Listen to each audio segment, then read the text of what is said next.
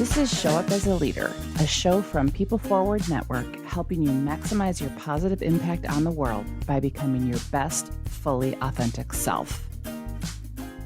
Hey, everyone. Let me just tell you right now, you are probably going to want to listen to this conversation more than once. You might want to have pen and paper.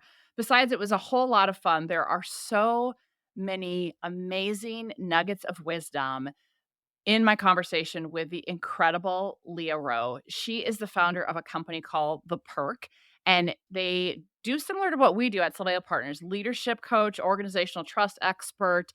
She really helps companies improve their leadership, improve their culture, and they're doing just some amazing, amazing things to help create more human workplaces. And I just love the work they're doing. There's such synergy. And she starts off by sharing her story that I think many of us can relate to when you're feeling down and you're feeling like this is like the worst day of your life or a crappy thing of a perspective shift. I'm not going to spoil it for you, but I just think we all can relate to it. And you're going to want to listen to our conversation around 3 coaching skills that any of us can leverage and apply in our life to be better. Period. There's such richness and such humanness and a lot of laughter as well. So I hope you get as much out of this conversation as I did.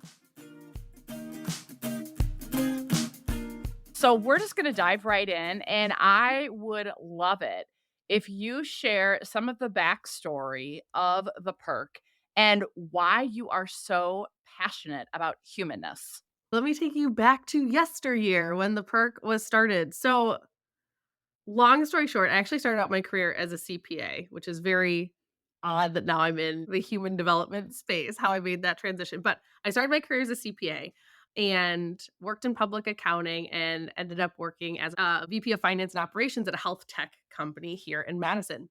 And on my very first day as VP of finance and operations, my CEO came into my office and said, "Hey, Leah, no one here is doing people ops. Do you think that you could do people ops?" And I said, "For sure." It takes no training. And I ran over to my computer and Googled, "What is people ops?" And that was how I got into the world of people operations, but also people development, human development, culture development, leadership development. And I became totally, totally obsessed and realized that while I was a good accountant and VP of finance, people loved me in that role because I could talk about numbers in a human way that made you not want to gouge your eyes out. While I was good at that, my true calling, my true passion was in the human and leadership development space. So, as we grew at that company, I transitioned out of finance and operations and became the VP of people and culture. And it was also during that time that I had my first child. And so I went out on maternity leave and we were a remote first company. My baby was 2 months old. I was still on maternity leave and I was called into the office, which was weird to be called into the office at a remote first company, but then also weird to be called in on maternity leave. So obviously in my head, I'm like, oh my gosh, I'm such a big deal. They like cannot live without me. They need my help with something. Turns out we had hit a financial hardship. Well, it happens in business, but especially when you work in a startup. And they had a reduction in force, and my position was eliminated. My husband wasn't working at the time. So we had gone from being totally, completely fine to having no insurance, no income, a newborn, and no idea what to do. So I got in the car, called my husband, said, "Hey, can you meet me at the Laurel Tavern?" Which was our local dive bar. And it was 10 a.m. It was also the first day our nanny had started. So she was probably like, "Great, you're paying me to watch your child while you go to the bar at 10 a.m." But we sat at the bar and I told him what happened. And I said, "You know what? This is the worst thing that's ever happened to me." And I called my sister and I said, "Gwen, I don't know what I'm going to do. It's just a huge roadblock." And Dan, my husband, said to me, "Leah, what if this is not the worst thing? What if this is the best thing that's ever happened to you?" And my sister said, "Leah, what if this isn't a roadblock? What if this is a catapult? What if this was meant to happen to get you to where you are meant to be and want to be in life faster than you ever thought possible?" And I mean, I'd been a mindset practitioner for years, but it was really in that moment that I realized the power of choosing my mindset. And I decided to not stay in the this is the worst thing that's ever happened to me. This is a roadblock. I decided to choose the mindset of what if this is the best thing? What if this is my catapult?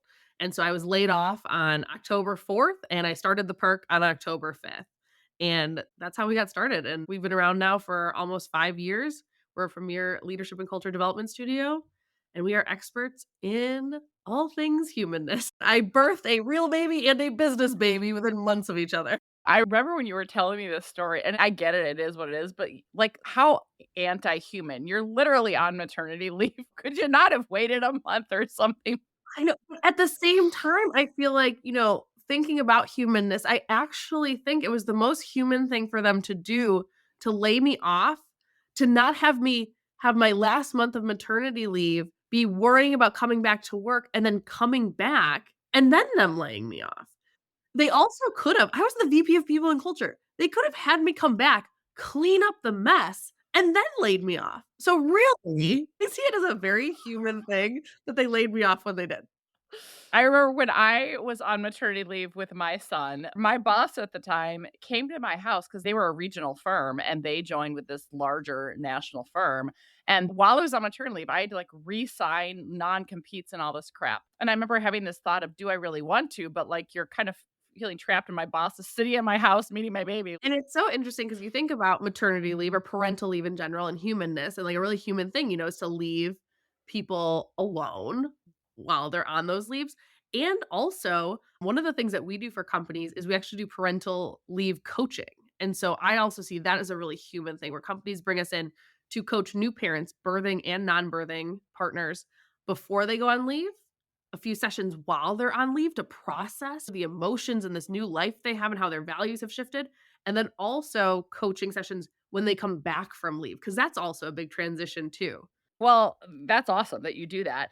And I love that you had people that are like, hey, what if this isn't a roadblock? And what I appreciate is that it doesn't matter if we're practitioners of this and teach others. We are all human and we all get in our own way. And whenever people talk about stuff like this, like Viktor Frankl comes to mind with his quote of, when we can't change our circumstances, we're forced to change ourselves. And it's like, that's exactly what happens. And it's not about toxic positivity. Maybe this is one of those junctures or those sliding door moments or whatever, where you're like, I can choose a different destiny or I can carve a different path because nobody should have to go through the crap that I went through. And so I think sometimes when we're in it, it's hard to see it. But when we have some, removed or we have someone who calls us on our junk and challenges our mindset for us, it allows us to go, oh, this could be a catapult. You make such a good point that I wasn't getting myself unstuck in that moment. And I think it's such a loving thing that you can do for somebody to, yes, listen to them, but then also get curious with them and suggest, what if you look at it from a different perspective? Because it was my sister and my husband that really helped me to shift my mindset. And like you said, it's not toxic positivity though. Mindset work and shifting your mindset is not always to just be happy. It's to help you see that there are possibilities and it puts you in the driver's seat so that you have choice. Because I could choose to stay in a space where I didn't feel great. And I have made that choice before. Sometimes, like, I know that if I shift my mindset on something, I'll feel better, but I'm not ready yet. I need to feel my feelings. you know? If we don't let ourselves feel feelings, even the unpleasant ones, we can't effectively process them. So there's something to be said where it's like, look, I know that I am totally in a venting, you know, crappy mood right now, and I need to just let myself be here. I know that I will eventually pull myself out of it, or I will find help to pull me out of it. But like, I need to just be in this upset right now. And that's also okay. I feel like the key to life is knowing that your thoughts create your feelings, which drive your actions and ultimately your results, and that you have a choice over your mindset. It's like that's key number one. Key number two is being able to feel your feelings. When you know that your mindset is like that is the thing and you have control over it, and you know how to feel your feelings, that's how you get the most out of life for sure. Being supportive and being helpful for people is not just, "Oh, it'll be okay," which is actually an empathy miss, so that's not helpful Mhm. for people when they're in the middle of an upset, but calling them to greatness to say, "Well, hey, what if you thought about this way?" or, "Hey, what if you thought about that way?" And I was thinking that I had an employee who got really mad at me, like, I was trying to have coaching conversations and help her see where she was getting in her own way and not showing up great, and she said something about, Well, I thought that you said you had our backs and was trying to like throw this at me. And I said, me having your back is not enabling behavior that is actually hindering you having the impact you want to have. Me having your back is not keeping quiet about stuff that is a fatal flaw or that is causing havoc. It's telling the truth with kindness. And we all need those people in our life. Like, obviously, you and I are both trained and certified coaches, and there's a whole skill set, but there's aspects of coaching that any one of us can leverage to be that for somebody else and to really show up as a leader, meaning we're maximizing our positive impact around us. And again, this is not discounting the value of trained coaching, but any one of us can use these principles in parenting or with our colleagues or whatever to help create a more human world. So let's talk about what some of those are. Absolutely. And honestly, I think that coaching is the most human, loving thing you can do for somebody. So I'm excited to talk about some of these coaching skills. So the first, like one of the foundational skills of coaching is curiosity, right? Is not having the answers, but having questions. And I think that that is something you learn and are trained in when you're a certified coach, but that's the first skill that I teach to all leaders in any of our leadership development or coaching programs is how to become more curious, help the people that you're leading discover the answers for themselves. So in the coaching that I'm trained and certified in through Coactive, we see everyone as naturally creative, resourceful, and whole, and that you have the answers within you. I don't have the answers. I don't know what is going to make your life the best life possible, but you know. And so it's my job as your coach to get curious, to ask questions, to listen, to hold space, and help you discover what the right answers are for you. And I apply that so much to leadership because to be a great leader, we can't just tell our people what to do or fix their problems or be consultants for them. We really need to shift our mindset. We don't need to be the expert. What if we're curious instead and ask them, what's important about this for you? What's effective about this strategy for you? What's holding you back? Because what's holding one employee back could be totally different than another employee. And so it's really focusing on, coaching the person and not the problem.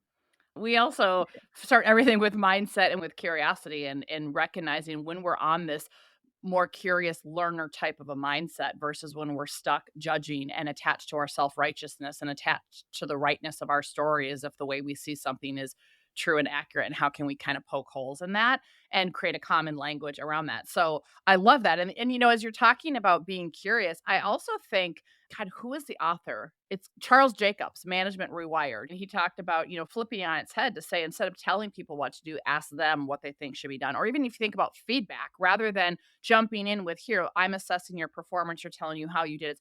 What do you think went well? What do you think could have been better? And drawing it out of people, because then you might find a lot of times we don't really need to say something, and even with parenting sometimes, but it's hard because our instinct as human beings is to cling to what's familiar, which means clinging to what we think is right, which means clinging to our stories. And most of the time they're flawed and self-sabotaging and wrong. So it takes a lot of willingness to be vulnerable, I think, to lean into curiosity. 100%. And like we've been taught and trained and rewarded for having answers our entire lives. So, I mean, I started out my career as a CPA. I was basically told straight out of college, I was auditing banks. I was talking to CFOs of banks. And I was basically told if they ask you a question, have an answer. And I'm like, well, I don't know what the right answer is. Like, it's worse to not have an answer than to have the wrong answer. And so it took a lot of unlearning for me to be like, wait a minute, that is not, no. That is such crappy advice. Like, I would rather someone say, I think I know, but I'm not 100%. Let me go find that out rather than blow smoke up my butt. With curiosity, it is such a powerful builder of trust and relationships. When you're genuinely, authentically curious with somebody, like that's when you connect with people. So it's not just, oh, use it for coaching. It's this is how you connect with people. This is how you get to know people. This is how you build trust with people. And one of the things I want to say about curiosity, like a pro tip, is asking what questions. Like that's how you can really get in that genuinely curious space, because why and how questions are not necessarily bad, but I'm sure as you know, it sometimes people feel like they get defensive, like there's a right or a wrong answer when someone's asking them why, and so they have to prove something. So if you ask what questions, it's more open, it's more expansive, And I've even started doing that with my children. My daughter's 4.5, and instead of saying, "How was school?" I'll ask, "What made you laugh today? What made you sad today?" When I ask these what questions, I actually get pointed answers, and I learn so much more about her and her life and how she sees the world as opposed to like, "How was school?" "Fine." I think sometimes how questions, though, it can be, well, how does that show up for you? So I think when you jump to like, how are you going to do it? You're asking it too soon because if you spend time in curiosity and help someone sit with their thinking a little bit longer and help them expand their thinking and get clarity about what's important, what's going on, processing, the next step, the do or the how to will emerge. And if you feel like you have to ask it, it's your action bias taking over and you're jumping too soon. And so I think Mhm. that there's sometimes it can be like, well, how does that show up for you? Or how else are you seeing this? Can be curiosity. I think it's no pun intended, it's how you ask the how question that can either lead to like a short circuiting that curiosity, but why's for sure. Like, think about if someone says, well, why did you do that? You instantly want to defend. Get rid of the why questions. Know your why, but get rid of the why questions. 100%. It's so funny whenever I'm training, leaders on curiosity, those what questions are hard because we are so comfortable with why questions and how questions. So it's like if you want to get better at curiosity, try asking more what questions. Focus on that. Like start there. Okay, so curiosity is like the first coaching skill we all can use to be better humans and to maximize our impact. What else? What's another coaching skill that any of us could use? Curiosity is one side of the coin. Other side is listening. So when you ask those great questions, those expansive questions, then it comes to listening. And it's funny because listening is a skill most of us were born to do right here, people. But listening is so much more than just hearing what's going on. So, in coactive coaching, we talk about the 3 levels of listening. And so level 1 listening is you're all in your head. You're really not listening to what the other person is saying. You are listening to respond, not to understand. And when I first learned about level 1 listening, I was like, "Oh my gosh, this is how I listen with my husband." I don't even really listen to what he's saying. I'm just like, "Gosh, I'm gonna make such a good point." And I would say something and he's like, "Leah, I literally just said that." And I'm like, "Oh, okay." So it's like, even though you're making eye contact with the person, you're not really listening to them because you are trying to solve the problem in your head and just give a response. So that's level 1. Level 2 is when you understand, you're listening to what the other person is saying, but it could be like, I could say, "Rosie, I am so excited." And I'm like, I'm calling BS on that because your voice tone doesn't match that. But a lot of times when we're at level 2, we're like, "Oh, okay, like, Leah's excited to be here. That's what she just said. Great." Level 3 is you're bringing in the global listening where you're listening to what's being said and what's not being said. So you're listening to tone, body language, energy, everything. You're listening also to yourself. What's happening for you as this person is saying this thing? And so that's really the listening space that you want to be in as a leader, as a parent, as a friend, as a human. True human listening is fully looking at the person, holding that space for them. You could also be on the phone, but you're truly listening for what's being said and also what's not being said. If somebody takes a long sigh, for example, you can say like, "Ooh, what was that?" So you're listening to all the things. Yeah. There's so many different ways to refer to listening. I've heard the 5 loves of listening. I know in one of my coaching trainings, we talk about listening to assess or fix versus listening to solve versus listening with a spirit of service and, everything in between. So I love all that. And I think it's so much easier said than done, though, because going back to this action bias and why it's so hard to not ask the why or the how questions, as you put it, is that we do have this action bias, but we also have a discomfort, I think, with the vulnerability of staying in the question. Like, what is that Albert Einstein quote? If I had an hour to solve a problem, I'd spend 55 minutes like exploring it and only 5 minutes in action. It is uncomfortable to just sit in that space, but that's where clarity comes. That's where magic comes in. What I'll say to people is, okay, have you ever been on the receiving end of well intended, but either unsolicited advice, like you're sharing something very vulnerable and they're like, "Oh my god, I know exactly how you feel." Or they start going the, "Oh, it'll be okay," versus your friends that are like, "What if this was a catapult?" And you feel Like, it violates a core human need that we all have to feel heard and seen and that we matter. And so I love that you also are passionate about listening because it is a skill and we all can get better at it. There's time like, oh God, I'm level one listening when my son starts talking about video games, or I level one listen when my husband starts talking about golf. And I'm like, oh, okay, this is a bid for connection. Maybe I should lean in, even though I don't care about the topic, but I care about the person. We all have areas where we can be better, but it's not just listening to a podcast, no pun intended. It's not reading a book. You have to practice it. Yeah, and it is a skill, like, it is something you have to actively do, so you also need a break from it. You can't live your entire day asking powerful questions and being in level 3 listening. Like, I do that as a coach. It's a tiring job. You need to fill up your own cup, you need to rest, and so it can be hard because you should level 3 listen, right, to everyone in your life, people at work and people at home, but it's an active thing you do. And, there's an analogy I love to use with the 3 levels of listening that, people have found helpful, and it's in terms of a flashlight.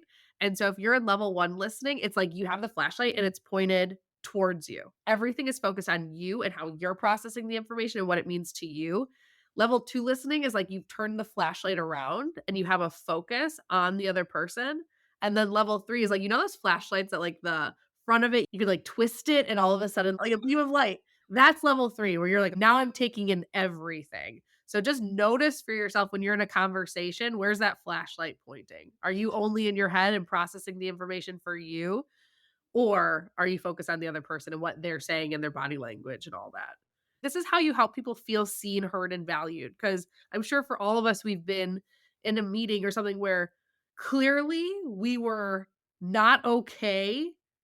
We were composing ourselves enough to like say the words, but like it feels really hard to not be seen, that somebody doesn't call out, like, hey, what's going on? It's like you just want to be seen in those moments.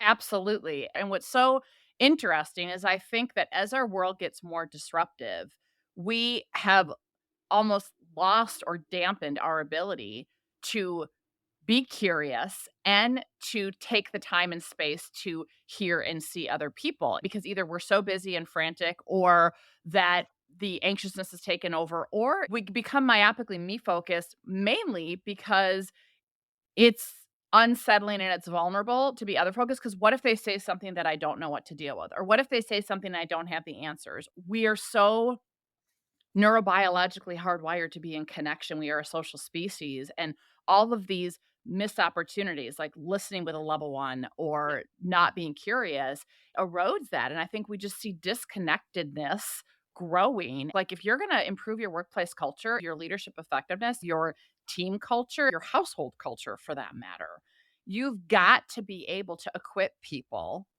with the skills and tools to be able to be more curious and listen more with that ability to understand, like you said, that fog light or that broad spectrum light versus even just that focused spotlight.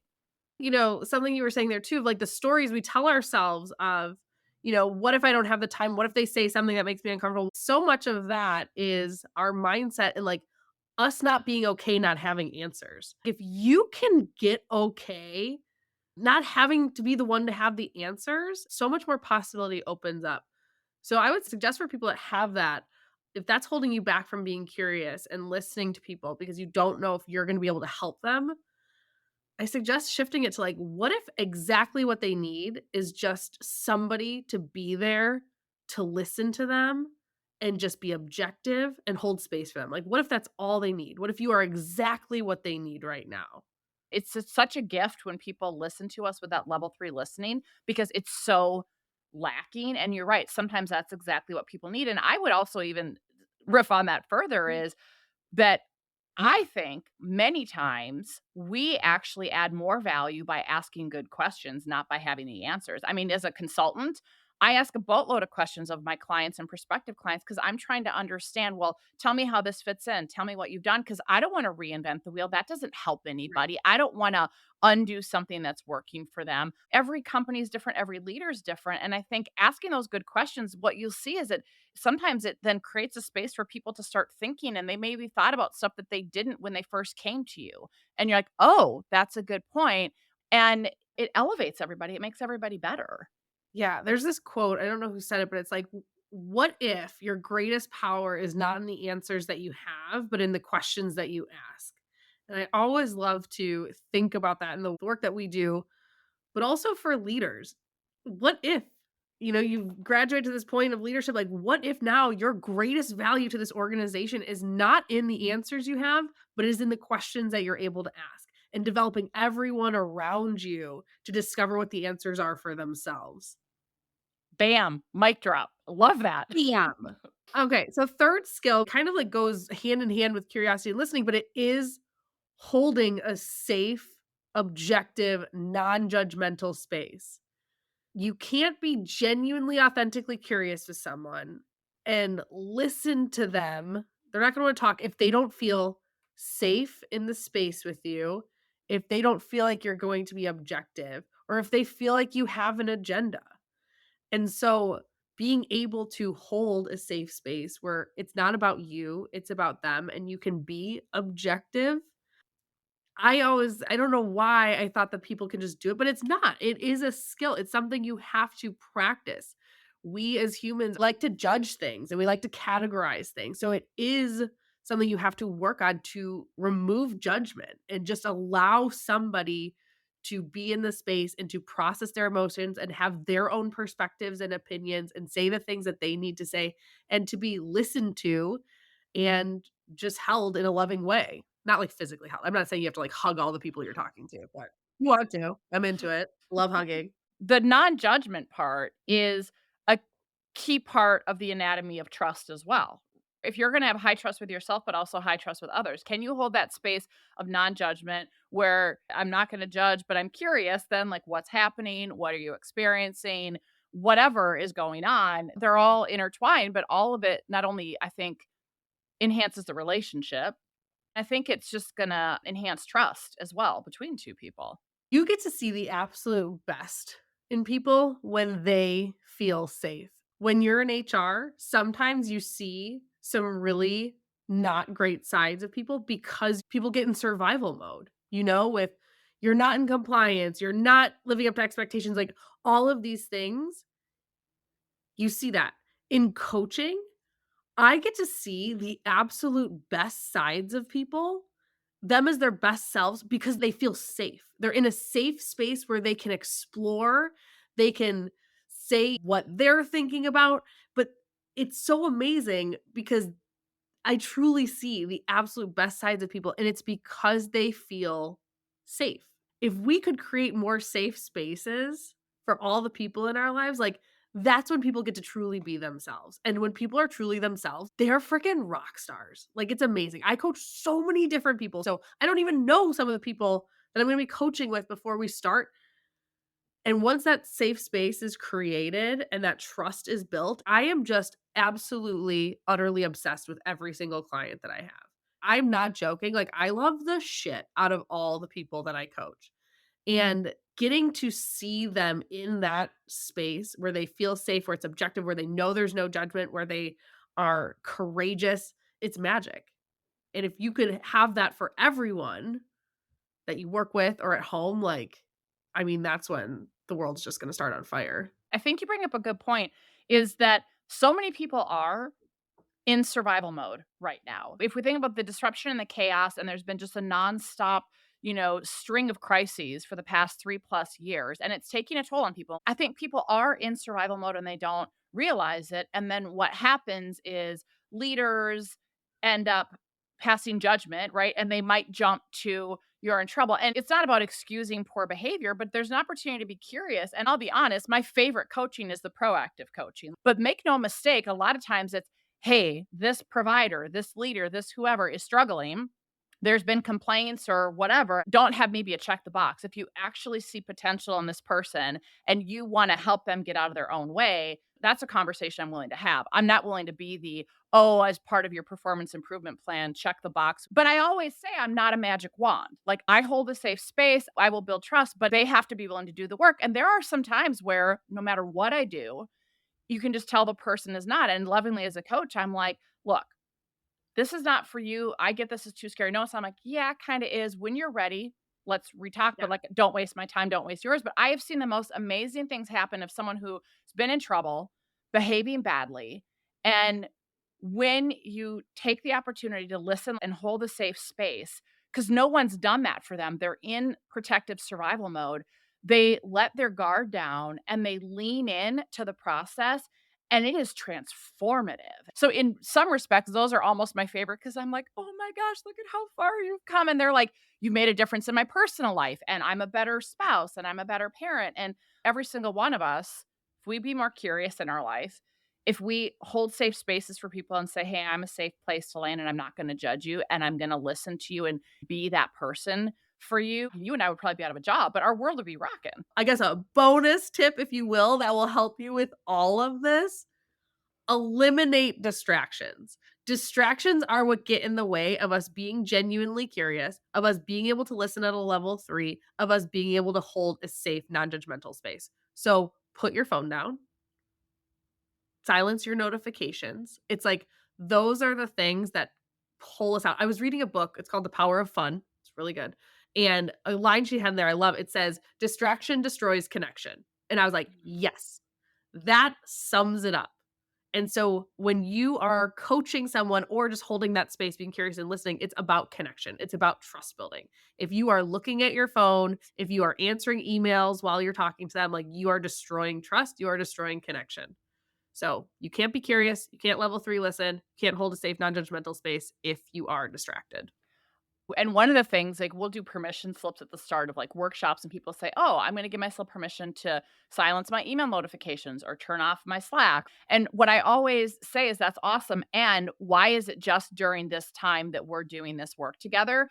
Why do we let our email, for example, dictate our attention for the day? Like, why not be in it once or twice a day and have set times where you're going to get back to people? Or you know what? If you're in a meeting, silence so the chat's not coming up, because you need to give the people in the meeting, whether it's one or more individuals, the gift of your full presence. And it also benefits us too. And so I think in a virtual environment, I'm only going to focus on one thing at a time. I've told my team, if something's truly urgent, text me. And guess what? If I'm not responding, I'm probably in the middle of a coaching session or something, but know that I will get back to you because I'm not in my email all day long, because it doesn't allow you to focus and be productive.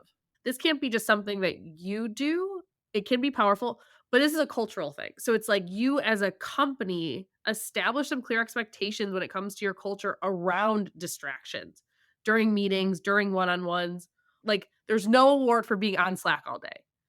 Answer Slack twice a day, but other than that, like do deep work. So we do set those expectations and we hold each other accountable to it too. I get called out, which is good. People should call us out, like, absolutely. All right, so we started this conversation with you talking about your mindset. So I wanna shift gears a little bit because, as you know, I am obsessed with normalizing the messiness of being human. So I would love, Leah, if you would share what is a self-limiting story that you still tell yourself sometimes, and when it shows up, how do you move beyond it so that you can still show up as a leader in your life? I mean, the biggest self-limiting story that I continue to tell myself is that I'm not enough. I'm not good enough. I'm not fast enough. I don't know, business savvy enough. I'm not funny enough. You know, that it always comes to I'm not going to be able to do it. Whatever it is, I won't be able to do it because I'm not enough.